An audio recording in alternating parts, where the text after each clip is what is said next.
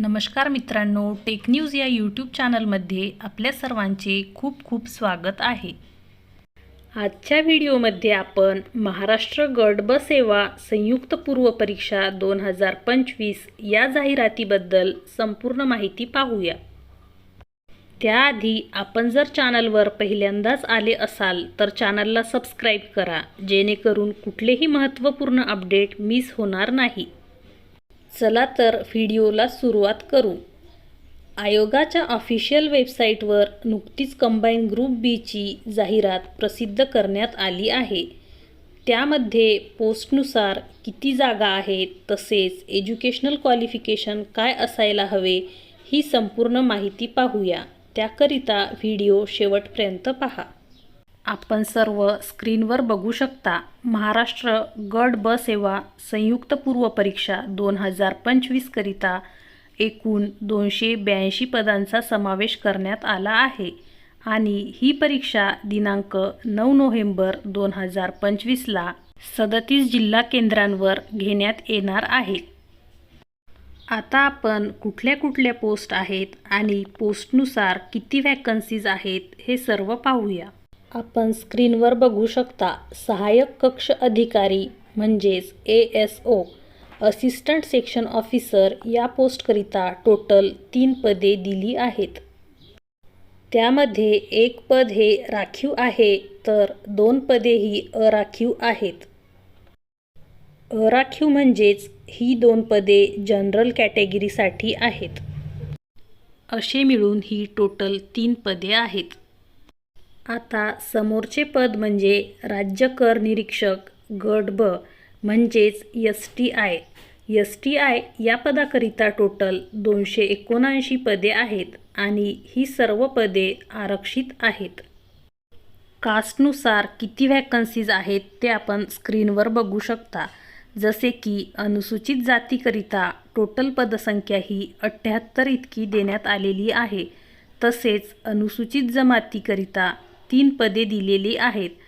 त्याचप्रमाणे विमुक्त जातीकरिता टोटल 11 जागा दिलेल्या आहेत, तर भटक्या जमाती ब करिता 11 जागा दिल्या आहेत। त्याचप्रमाणे भज क करिता टोटल 9 जागा दिलेल्या आहेत, तर भज ड करिता टोटल 13 जागा दिलेल्या आहेत। तसेच इतर मागासवर्ग करिता टोटल 93 जागा दिलेल्या आहेत। तसेच विमाप्र करिता टोटल 12 जागा आहेत आणि सा आणि शे मागासवर्ग करिता टोटल 25 जागा दिल्या आहेत। असे सर्व मिळून आरक्षित पदे ही 279 इतकी आहेत। आता आपण अर्ज सादर करण्याची प्रक्रिया काय आहे ते पाहूया। आपण स्क्रीनवर बघू शकता, अर्ज सादर करण्याचा कालावधी हा दिनांक 1 ऑगस्ट 2025 ते दिनांक 21 ऑगस्ट 2025 इतका दिला आहे आणि ऑनलाईन पद्धतीने विहित परीक्षा शुल्क भरण्याचा अंतिम दिनांक हा 21 ऑगस्ट 2025 इतका आहे। त्याप्रमाणेच भारतीय स्टेट बँकमध्ये चलनाद्वारे परीक्षा शुल्क भरण्यासाठी चलनाची प्रत घेण्याचा दिनांक हा 23 ऑगस्ट 2025 इतका देण्यात आला आहे। चलनाद्वारे परीक्षा शुल्क भरण्याचा अंतिम दिनांक हा 25 ऑगस्ट 2025 रोजी बँकेच्या कार्यालयीन वेळेमध्ये भरायचा आहे। आता या दोन्ही पोस्टकरिता वेतन श्रेणी किती असेल ते पाहूया। सहाय्यक कक्ष अधिकारी संवर्गासाठी पे स्केल हा 16चा दिला जाणार आहे, म्हणजेच सॅलरी ही 44,900 ते 1,42,400 इतकी असेल, तर इतर संवर्गासाठी पे स्केल ही 14ची असेल, म्हणजेच सॅलरी ही 38,600 ते 1,22,800 च्या मध्ये असेल। त्याचप्रमाणे अधिक महागाई भत्ता व नियमाप्रमाणे देय इतर भत्ते मिळतील। आता आपण वयोमर्यादा ही काय असेल ते पाहूया। आपण सर्व स्क्रीनवर बघू शकता, वयोमर्यादा गणनेचा दिनांक हा 1 नोव्हेंबर 2025 इतका आहे। सहाय्यक कक्ष अधिकारी तसेच राज्य कर निरीक्षक या पदाकरिता किमान वयोमर्यादा ही अमागास तसेच मागासवर्गीयांकरिता कमीत कमी 18 वर्ष इतकी असायला हवी आणि कमाल वयोमर्यादा ही अमागास वर्गांकरिता 38 वर्ष इतकी देण्यात आली आहे. तसेच मागासवर्गीय, अनाथ यांच्याकरिता 43 वर्ष इतकी देण्यात आली आहे. त्याचप्रमाणे प्रावीण्यप्राप्त खेळाडू, माजी सैनिक यांना वयोमर्यादा ही 43 इतकी देण्यात आली आहे. त्याचप्रमाणे दिव्यांग उमेदवारांकरिता वयाच्या 45व्या वर्षांपर्यंत ते फॉर्म फिल करू शकतात. आता आपण परीक्षा कशा पद्धतीने घेतल्या जाणार आहे ते पाहूया. सहाय्यक कक्ष अधिकारी तसेच राज्य कर निरीक्षक याकरिता संयुक्त पूर्व परीक्षा व मुख्य परीक्षा घेतल्या जाणार आहे. संयुक्त पूर्व परीक्षा ही 100 गुणांची असेल तसेच मुख्य परीक्षा ही 400 गुणांची असेल. आता आपण परीक्षा शुल्क कास्टनुसार किती लागणार आहे ते पाहूया. संयुक्त पूर्व परीक्षा गट ब करिता अमागास वर्गाकरिता 394 रुपये इतकी फीज आहे. तसेच मागासवर्गीय आणि अनाथ उमेदवाराकरिता फीज ही 294 रुपये इतकी आहे. परीक्षा शुल्क हा नॉन रिफंडेबल आहे. आता आपण एज्युकेशनल क्वालिफिकेशन म्हणजेच शैक्षणिक पात्रता काय लागणार आहे, कोणते विद्यार्थी हा फॉर्म भरू शकतात ते पाहणार आहोत. सांविधिक विद्यापीठाची पदवी किंवा तिच्याशी समतुल्य असणारी शासनाने घोषित केलेली इतर कोणतीही तत्सम अर्हता.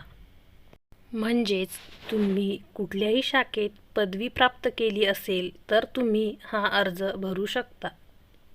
तसेच त्यांनी पुढे सांगितले आहे, पदवी परीक्षेस बसलेला उमेदवार प्रस्तुत संयुक्त पूर्व परीक्षेस तात्पुरते पात्र असतील, परंतु संयुक्त पूर्व परीक्षेच्या निकाला आधारे संबंधित संवर्गाकरिता घेण्यात येणाऱ्या मुख्य परीक्षेच्या प्रवेशासाठी पात्र ठरणाऱ्या उमेदवारांनी संबंधित संवर्गाच्या मुख्य परीक्षेकरिता अर्ज स्वीकारण्यासाठी विहित केलेल्या अंतिम दिनांकापर्यंत पदवी परीक्षा उत्तीर्ण होणे आवश्यक राहील.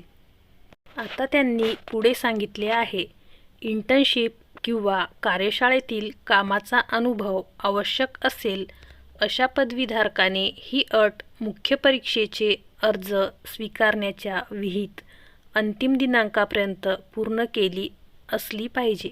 आता या जाहिरातीमध्ये त्यांनी काही महत्त्वाचे पॉईंट्स दिलेले आहेत ते आपण पाहूया. जाहिरात प्रसिद्ध झाल्यानंतर तसेच पूर्वपरीक्षेचा निकाल अंतिम करेपर्यंत नव्याने प्राप्त होणाऱ्या मागणीपत्रांमध्ये जाहिरातीत नमूद नसलेल्या संवर्गासाठी तसेच सामाजिक आणि समांतर आरक्षणाकरिता पदे उपलब्ध होण्याची आणि विद्यमान संवर्गातील पदसंख्येमध्ये वाढ होण्याची शक्यता विचारात घेऊन उमेदवारांनी पूर्व परीक्षेकरिता अर्ज सादर करणे आवश्यक राहील.